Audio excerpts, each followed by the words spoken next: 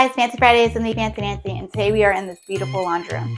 And what I wanted to talk about was one way that you can elevate your laundry room that is fairly inexpensive. As you see, this has a built-in countertop, which looks really beautiful and finished out. It gives a space for folding and displaying canisters and different things that makes your laundry room look extra fancy.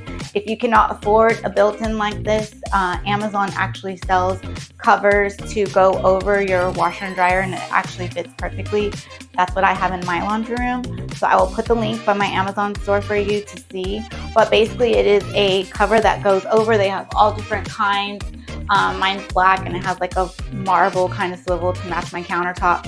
And it has like a little ledge. It's great for folding. I have cute little canisters like this with smell good beads on mine. So it just fancifies your laundry room and makes it look more finished out. So I'll definitely put the link.